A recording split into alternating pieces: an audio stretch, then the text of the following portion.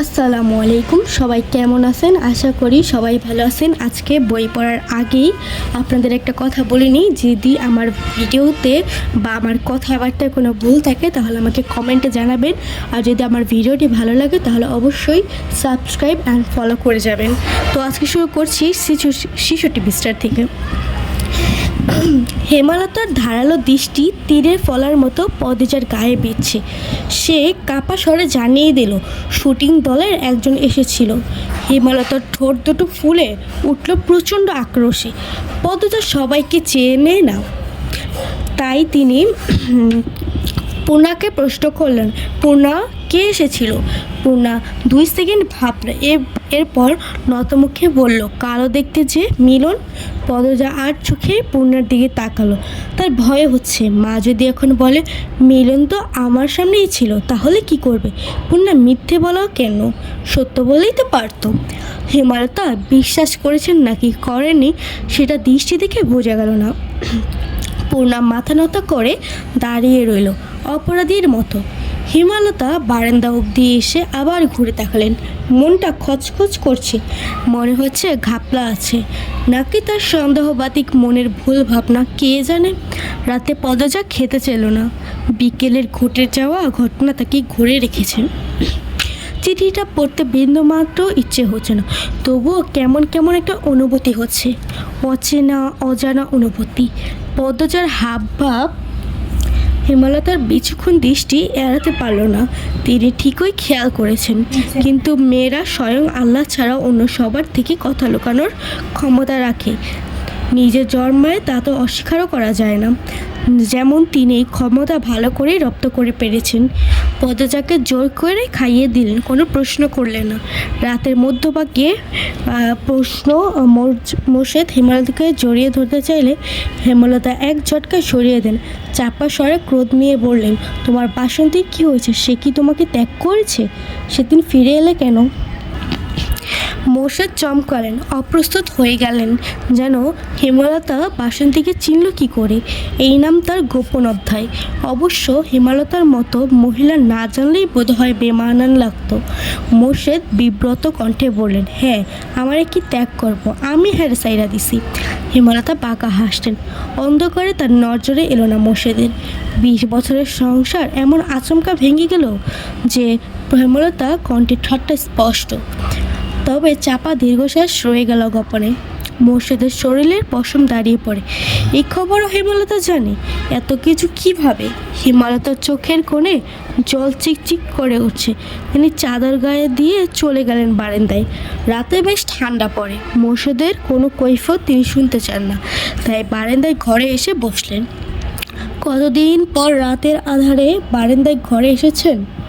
বিয়ের 1 বছর পরে জানতে পেরেছিলেন মোর্শেদ তাকে বিয়ে করার আগেই 6 মাস আগেই বাসন্তী নামে এক অপরূপ সুন্দরী মেয়েকে বিয়ে করেছেন। স্বামীর ঘর ছাড়া আর পথ ছিল না বলে এত বড় সত্য হজম করে নিয়েছিলেন। বাসন্তীর মা বারনারী, আর একজন বারনারীর মেয়েকে সমাজ কিছুতেই মানবে না। মোর্শেদের বাবা মিয়াফর মোড়ল টাকার বিনিময়ে দেহ বিক্রি দেওয়া একজন বারনারী মেয়েকে ছেলের বউ হিসেবে মানতে আপত্তি করেন। ততদিনে মোর্শেদ বিয়ে করে ফেলেছে। যদিও সে খবর মিয়াফর মোড়ল পাননি, তিনি মোর্শেদের মন ফেরাতে শিক্ষিত এবং ঠান্ডা স্বভাবের হেমলতাকেই বেছে নিলেন। কুরবান হলো হেমলতার। তখন কলেজে ওঠার 7 মাস চলছিল। এরপর পরেটাও আর এগোলো না। জীবনের মোড় করুণ রূপে পাল্টে গেল। পরদিন সকাল সকাল স্কুলে রওনা হলো 2 বোন। পূর্ণা পথে চিঠি পড়ার পরিকল্পনা করেছিলেন। পদ্মজা হাতে দিল না। শিয়ানা 2টি মেয়ের হাতে কেউ চিঠি থেকে ফেললে ইজ্জত যাবে। পদ্মজার প্রতি বিরক্ত করছে চিঠিটা তার কাছে। পথে নতুন করে পরিকল্পনা করলে সে ক্লাসে বইয়ের চিপায় রেখে চিঠি পড়বে, কিন্তু তাও হলো না। পরপর 2 দিন কেটে গেল। সুযোগ পেল পড়তে দিতে চাইতো না পদ্মজা। সারাক্ষণ যেন কেউ হাতে জান নিয়ে থাকে। এই বুঝি মা এলো।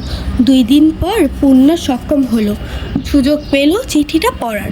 প্রান্ত প্রেমাকে নিয়ে হেমলতা বাপের বাড়ি গিয়েছে। যদিও কয়েক মিনিটের পথ দ্রুতই ফিরে আসবেন। চিঠি পড়ার পদজার চেয়ে আগ্রহ পূর্ণার বেশি। সে চিঠি খোলার অপেক্ষায় ছিল। আজ খুলতে গিয়ে মনে হলো যার চিঠি তার খোলা উচিত এবং আগে তারই পড়া উচিত। তাই পদজার দিকে বাড়িয়ে দিল চিঠিটা। পদজার চিঠি খুলতে খুলতে বলল, পূর্ণাকে তাড়া দিল। পূর্ণা তাড়া দিল, এই আপা খোলো না, লজ্জা পাচ্ছ কেন? চিঠি জিনিসটা তো চিঠি, কারো গায়ের কাপড় না। পদ্মজা বিস্মিত নয়নে তাকালো, যেন পূর্ণা কাউকে খুন করার কথা বলছে। বলল, কিসব বলছিস পূর্ণা? আচ্ছা মাফ চাই, আর বলবো না। পদ্মজা ভাঁজ করে সাদা কাগজটা মেলে ধরলো চোখের সামনে। প্রথমেই বড় করে লেখা, প্রিয় পদ্মফুল। পূর্ণা পাশে বসে রয়েছে। চিঠিটির দুজনেই পূর্ণ মনোযোগ। প্রিয় পদ্মফুল, আমি কিভাবে শুরু করব বুঝতে পারছি না।